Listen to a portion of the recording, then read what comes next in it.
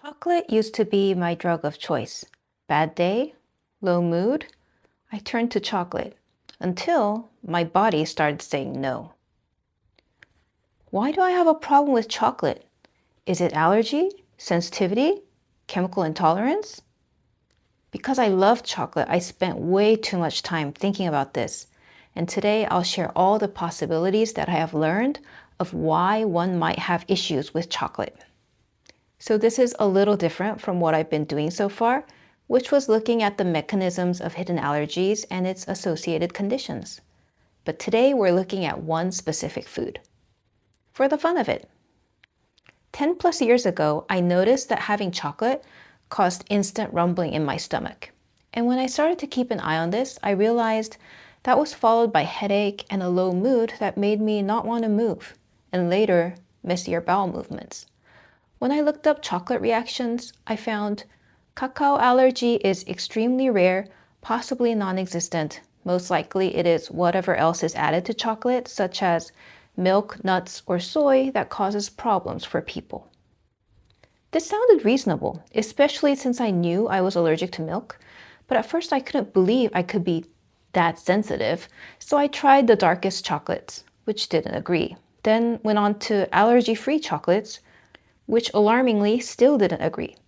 At this point, I had a consultation with an allergist and asked her opinion. Somewhat disappointingly, she just repeated the same general knowledge from the beginning, even though I told her I had also tested allergy-free chocolate. She also didn't know the products I was talking about. Somehow I expected she'd know. Wouldn't she be fielding lots of questions from parents? Chocolate chip cookies for all those milk, nut, and soy allergic kids?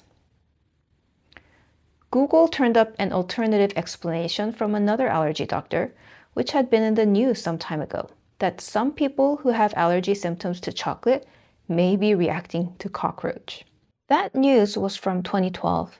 Another news outlet debunked this claim in 2021, saying cockroaches are not commonly found in chocolate. And according to the FDA, which I talk about more in a moment, cockroaches are not considered incidental pests that are non-hazardous to human health.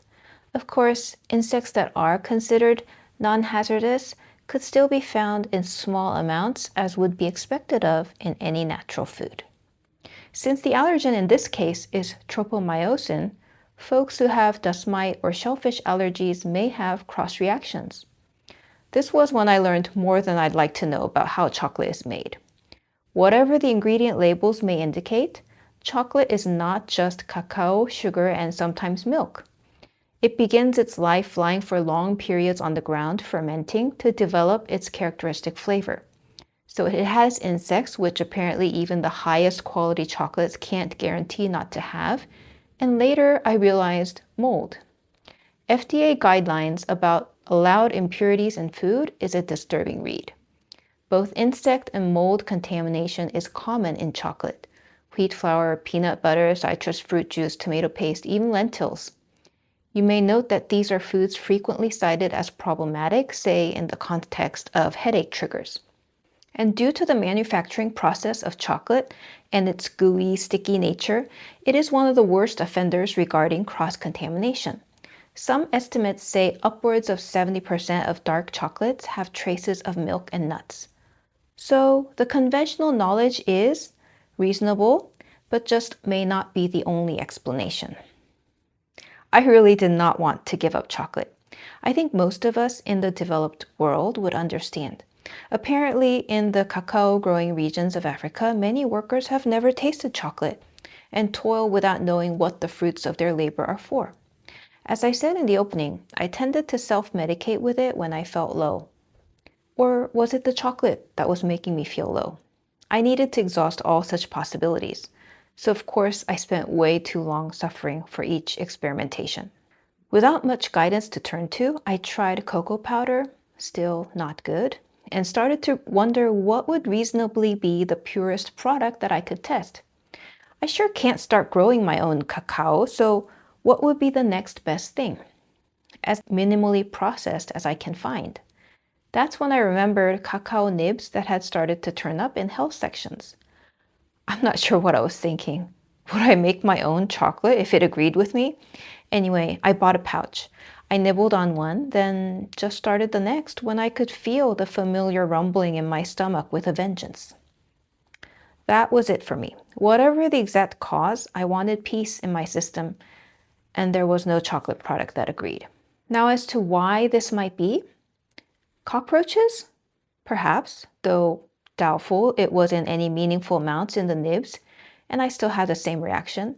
So I'm more inclined to other guesses. It might be a reaction to mold, which due to the fermentation process, there always must be some traces of, even in the least processed cacao nibs.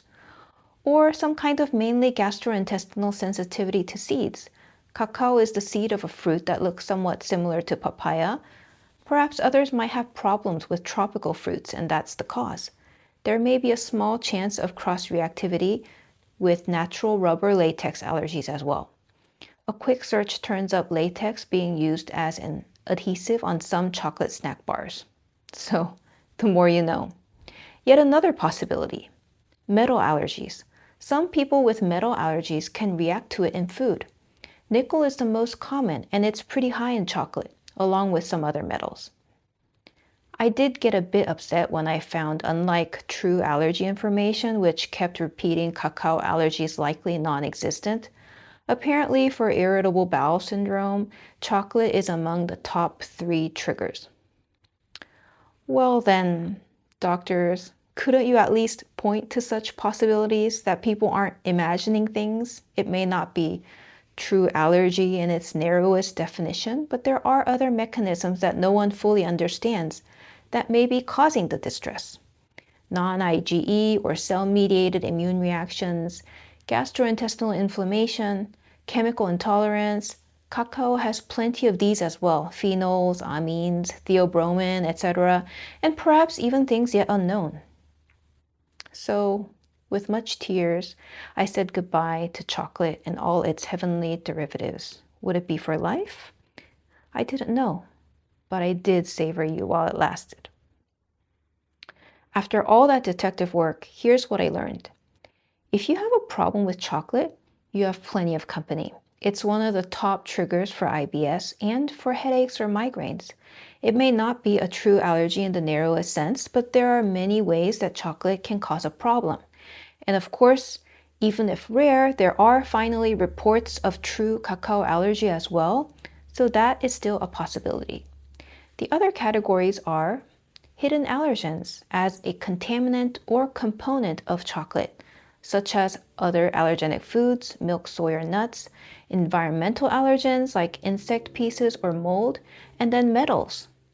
Cross-reactivity such as to latex, and chemical intolerance, theobromine, caffeine, other phenols, and bioactive amines like phenylethylamine, tyramine, and histamine, and then local or non-IgE mediated allergy. If your issue is food allergen cross-contamination, there are allergy-free chocolate products available. But if those still cause problems, like me, you too probably have some of the other issues. What about white chocolate? As it is made from just the fat, the cocoa butter pressed out of fermented cacao, it has very little of cacao's proteins or chemicals like caffeine or theobromine. So according to a study, white chocolate was found not to have mold toxins, unlike chocolate. Seems unlikely to have significant traces of insects either. While it would depend on what exactly you are reacting to and your personal tolerance level, there's a good chance you might do much better with white chocolate. But as I have issues with milk and nuts, it's very difficult to find products that won't have cross-contamination issues with these ingredients anyway. And with more important food groups to worry about, I didn't get around to the luxury of testing this until quite a while later.